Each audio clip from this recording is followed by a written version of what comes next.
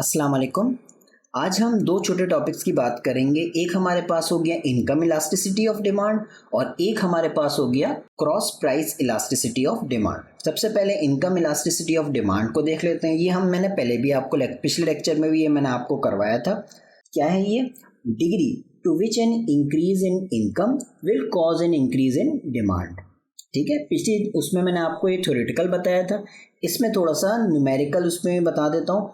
इसका जो फॉर्मूला हमारे पास क्या होता है, percentage change in quantity demanded divided by percentage change in income. इसको हम न्यूमेरिकल फॉर्म में किस तरह से लिख सकते हैं?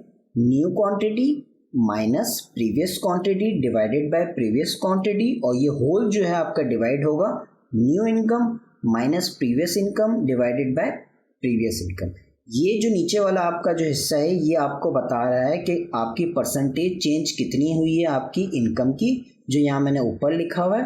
ठीक है, और जो ये आपकी ऊपर वाली चीज़ है पूरी, ये आपकी बता रही है कि कितनी आपकी परसेंटेज चेंज है क्वांटिटी डिमांड में। ठीक है, ये वही चीज़ है कि इनकम की वजह से आपकी क्वांटिटी पे कितना अफेक्ट आ रहा है। इफ़ इसको EDY से शो करते हैं, income elasticity of demand is greater than 1, demand for the product is considered to be high income elastic and vice versa. अगर 1 से कम होगी तो लो इनकम इलास्टिक कहलाएगा। ठीक है, अब इसकी एग्जांपल देख लेते हैं। अगर किसी की सैलरी इंक्रीज कितनी हुई है 10K, 10,000 इंक्रीज हुई है। प्रीवियस सैलरी हमारे पास कितनी थी उसकी? 70K थी, तो उसकी नई सैलरी कितनी हो गई? 80K। तो चेंज किस तरह से हम लिख देंगे? न्यू इनकम जो यहाँ पे हमारे पास लिखा हुआ है 80K, प्रीवियस इनकम हमारे पास कितनी थी? Minus 70K divided by previous income. ठीक है, with this increase a person can now afford air travel twice per year instead of 1। पहले जो उसकी थी एयर ट्रेवल था वो कितना था? 1 था। अब कितना हो गया? 2 हो गया है, और प्रीवियस हम दोबारा डिवाइडेड बाय प्रीवियस क्या कर देंगे? 1 लिख देंगे। तो ये हमारे पास वैल्यू क्या आ गई? 7 आ गई। 7 आपकी 1 से ज़्यादा है तो हम क्या लिख देंगे? Income elasticity of demand is highly elastic. अगर यही चीज़ हमारे पास 1 से कम होती तो हम इसको कहते हैं कि ये आपकी लो इलास्टिक हो गई। ठीक है, ये इन इलास्टिक हो गई। इसके अंदर देख लेते हैं कि इनकम इलास्टिसिटी ऑफ डिमांड किस किस चीज़ पे डिपेंड करती है। ये आपकी डिपेंड करती है कि आपके टाइप ऑफ गुड्स कौन सा है, नॉर्मल गुड है, इंफीरियर गुड है, या लग्जरी गुड है। नॉर्मल गुड से मुराद आपके क्या हो गए? नॉर्मल गुड से मुराद आपकी हो गई जैसे आपकी क्लोथिंग्स हो गई, आपका फर्नीचर हो गया, रेस्टोरेंट मील्स हो गए। इस केस में आपके पास जो इनकम इलास्टिसिटी ऑफ डिमांड है वो पॉजिटिव होती है। ठीक है, इसका मतलब ये है कि आपका जैसे ही इनकम बढ़ेगी आपकी डिमांड जो है प्रोडक्ट की वो भी बढ़ जाएगी नॉर्मल गुड्स के केस में। ठीक है, इंफीरियर गुड्स में आपके पास क्या आ गई? इंफीरियर गुड्स में आपके पास क्या होगा? Inferior goods are those goods for which the demand decreases opposite as income increases। ठीक है, अब इसमें आपके पास एग्जाम्पल क्या आ गई? इंफीरियर आपकी हो गई लो क्वालिटी फूड प्रोडक्ट्स आपकी हो गई, यूज क्लोथिंग आ गई, पब्लिक ट्रांसपोर्टेशन आपकी आ गई, हु कैन अफोर्ड आपकी प्राइवेट व्हीकल्स। ठीक है, ये सिंपल वही बात है कि आपकी अगर इनकम बढ़ती रहती है तो आप ज़्यादा से ज़्यादा आपके जो खर्चे हैं वो बढ़ जाते हैं। जैसे फॉर एग्जांपल पहले जो हैं वो आप प्रोडक्ट्स लो क्वालिटी के अगर इस्तेमाल कर रहे होते हैं तो आपकी कोशिश ये होती है कि अब वो बेहतर से बेहतर क्वालिटी की चीज़ें इस्तेमाल करें।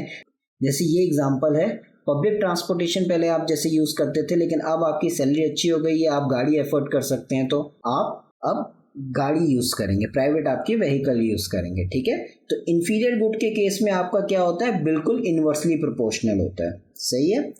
लग्जरी गुड्स में क्या है? ये बेसिकली आपके हाई एंड प्रोडक्ट्स होते हैं that are typically associated with higher income levels.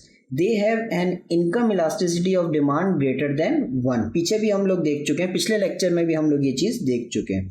As income rises the demand for luxury goods increases at a proportionally higher rate. ठीक है, example of luxury goods include expensive sports car आपकी हो गई, designer clothes हो गए, आपके high and electronic products आपके हो गए। ठीक है, इसमें आपका वो यही कह रहा है कि जितनी आपकी इनकम बढ़ेगी उतनी ही आपका लग्जरी का यूज़ भी प्रोपोर्शनेट उतना ही आपका बढ़ जाएगा। ठीक है, जैसे 10% आपकी अगर बढ़ रही है तो उसी के प्रोपोर्शन में आपका जो डिमांड है या आपकी जो ये एक्सपेंसेस हैं वो भी ये समझें कि 10% बढ़ जाएंगे। ठीक है, ये आपकी हो गई इनकम इलास्टिसिटी ऑफ डिमांड। अब हम देख लेते हैं cross price elasticity of demand क्या कहलाता है। Cross price elasticity of demand measures the responsiveness of the quantity demanded of one good to changes in the price of another good। किसी दूसरे प्रोडक्ट की प्राइस चेंज होने की वजह से आपके प्रोडक्ट की क्वांटिटी में क्या फ़र्क आ रहा है। जैसे फॉर एग्जांपल आपके पास एक प्रोडक्ट ए है, एक प्रोडक्ट बी है। अगर बी की प्राइस बहुत ज़्यादा हाई हो जाती है तो इसकी प्राइस हाई होने की वजह से इसकी डिमांड पे क्या अफेक्ट आता है। तो ये आपकी हो गई cross price elasticity of demand. अब इसके अंदर हमारे पास जो फॉर्मूला है वो किस तरह से आएगा, percentage change in the quantity demanded of good A divided by percentage change in the price of good A. ठीक है, इसकी क्वांटिटी इसकी डिमांड पे, गुड ए की डिमांड या क्वांटिटी पे कितना अफेक्ट आ रहा है जब हम गुड बी की प्राइस चेंज कर रहे हैं। ठीक है, अब इसके भी हम लोग देख लेते हैं कि ये किस चीज़ों पे डिपेंड करता है। आपका जो क्रॉस प्राइस इलास्टिसिटी है वो आपकी दो टाइप्स में डिस्ट्रीब्यूट होता है। एक आपकी होती है सब्स्टिट्यूट्स, एक आपकी होती है कॉम्प्लीमेंट्स। सब्स्टिट्यूट्स आपके क्या होते हैं, goods that can be use in place of each other. ठीक है, when the price of one substitute increases the demand for the other substitute increases. ठीक है, जैसे हमने पिछले लेक्चर की एग्जांपल में भी हमने देखा था, अगर हमारे पास दो गुड्स हैं, हम ये देख रहे थे कि सब्स्टिट्यूट के केस में क्या हो रहा था। अगर ये दोनों आपस में एक दूसरे के सब्स्टिट्यूट्स हैं तो अगर इसकी प्राइस हमारे पास बढ़ रही होगी तो हमारे पास क्या हो जाएगा, लोग इसको छोड़ के इसको ख़रीदना शुरू कर देंगे तो इसकी डिमांड बढ़ जाएगी।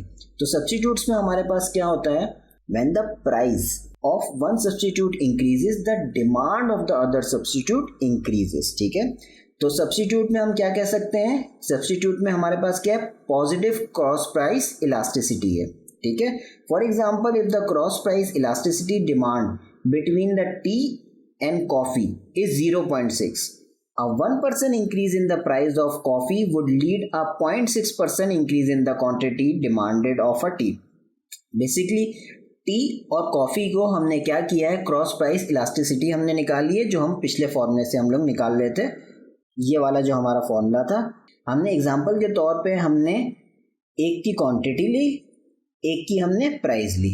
ठीक है, तो जब हमने टी और कॉफ़ी का क्रॉस प्राइस इलास्टिसिटी हमने लिया तो हमारे पास फॉर एग्जांपल 0.6 वैल्यू आ रही थी।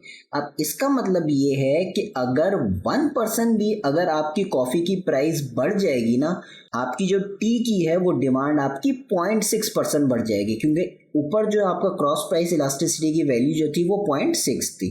ठीक है, एग्जाम्पल मैं आपको यहाँ पे दोबारा दे देता हूँ। जैसे प्रोडक्ट ए और बी का हम लोग कर रहे थे ना, ए की demand percentage demand divided by percentage change in price of B.